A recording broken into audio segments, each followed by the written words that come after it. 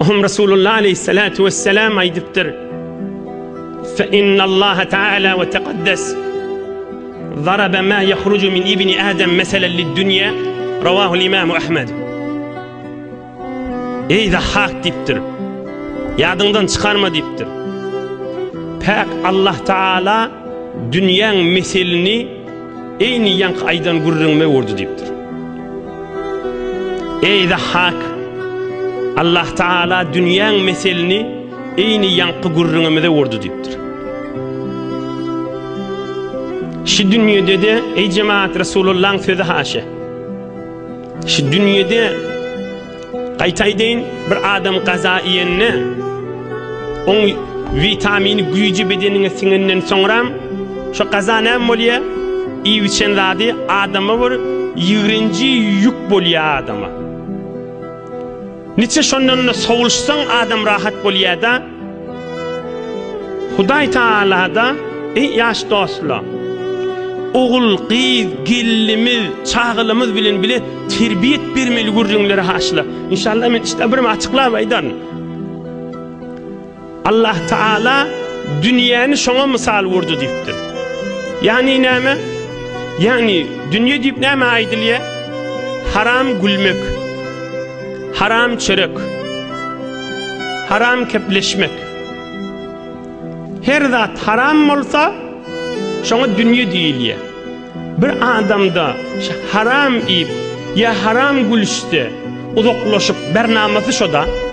Bernamazı bir haramın içine geçip ol bir adam yanlışlar tövbe eder, narahat bolar, olan gurrunu değil ha. Bunun işi günahın iyidin neden? Şol adam hamanı bir adam nahariyenine bir sinye bedenine sonra yığırınıya da adam da tövbe etmeyeni şu günahden içtiği çıkın gazasını iyenden sonra şun hafasından yığırınşı alı adam da şu günahden yığırıncık ölmek diyor. Adam haram iş edinne ya haram gülüşse şondan adam ölecek bolunna bir kadar yığırıncık eyni hu sınzasından yığırınşı anık diyor. Şimdi Resulullah aleyhissalatu vesselam aydiyor. Oğul gidimiz danışga gidecek bolsa necire şükef aytmanı göğe verecek. Ey oğlum diymeli, ey kıydım diymeli. Haram zat adama şu vakt güldürse de içti içkin Muhammed Peygamber aydiye aleyhissalatu vesselam içti içkin sınca tuvalık yığırınşın yanık adam şu haramdan yığırınacak diye. Beter daha can ölecek bolundu. Ölecek bolundu şun necisliği, hafadığı, haramdığı, yığırıncıdığı, ankayıp batallığını açık adam bilecekti. İçeriği düşündürmeli zatçını. Kendi yerde içeriği için düşündürülse, hemen bir adam haram egin maçları giymek, haram gülüşmekler, bir yanlışıya, men estağfurullah tövbe et diye, o gurrun değil ha. Bunun bernamasında şu gurrun bağda. Ya yalandan andıçıya, eğer şu gurrun oğlan uşağı terbiyet verilse var ha, kendi yerde öylüncek oğlalla, öylüncek ilm olacak kıyızla, yalandan kasam içmerdiler.